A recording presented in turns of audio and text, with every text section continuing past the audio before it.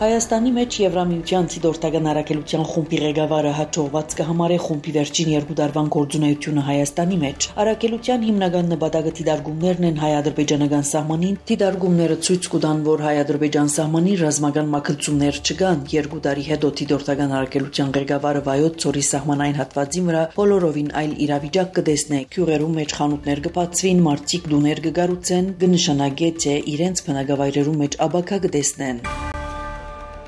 Սուրյո արևմտյան Լատակիա քաղաքի արվարձաններու մեջ գադաղի փախումները Սուրյո անվտանգության ուժերուն եւ նախկին նախագահային աջակցող զինյալ խմբավորումներու միջև կշարունակվին հայտնած է Սուրյո պաշտպանության նախարարության աղբյուրը։ Բաշար al-Ասադի դաբալումեն 2024 թվականի դեկտեմբերին ի վեր Սուրյան այժմ ամենեն արյունալի օրերը գաբրի։ Ընկերային ցանցերում մեջ կան սարսափելի դեսանյութեր, բռնության կադրերը մասնավորապես քյուրերեն մեկու մեջ տասնյակ ալաուի դղամարտոց սպանության մասին հաղորդումները գասկածի դակ կտնեն Սուրյան ժողապար գարավարելու իսլամիստական գարավարության կարողությունները եւ նպատակները գկրե Reuters վերջին տվյալներով փախումներու հետևանքով զոհերու թիվը անցած է 1000-ը բազմացի վերլուծաբաններ Սուրյո մեջ տեղի ունեցող իրադարձությունները ցեղասպանություն գորագեն մինչ Սուրյո ժամանակավոր նախագահ Ահմեդ Շարագիրագի օրասկային միասնության եւ խաղաղության գոչ հրավ շարունակվող արյունալի փախումներու ընթացքին գկրե Reuters վստահ եղեք Սուրյո հարցով այս երկիրը ունի գոյատևման առանձնահատկություններ այժմ ինչ կգադարվի Սուրյո մեջ սպասվող մարդահրավերներու շրջանակներու մեջ ըսածյան ելույթ ունենալով մզգիթի մեջ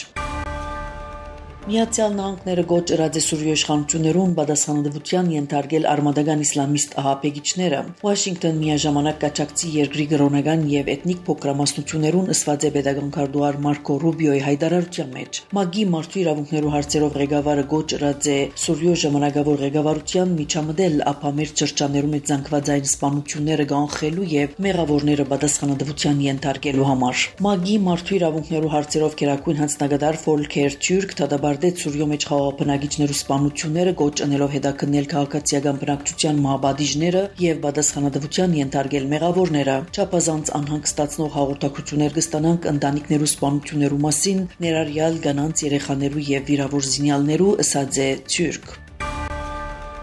Կանադայի իշխող ուժի լիբերալ գուսակցության նոր առաջնորդ ընտրված է Անգլիո բանկի նախկին ղեկավար Մարկ Քարնին։ Ան պիտի փոխարինի վարչապետ Ջաստին Թրյուդոին, որը այս տարվա հունվարին հայտարարեց պաշտոնեն հեռանալու մտադրության մասին։ Քարնին գուսակցության առաջնորդի միակ տեխնազուն էր, որ չէր ընդգրկված Թրյուդոյի կառավարության մեջ։ Հաղթանակեն հետո իր ելույթի ընթացքին Քարնին ասաց է, որ Ամերիկան Կանադա չէ, Կանադան երբեք չլար Ամերիկայի մեկ մասը որևէ ձևով։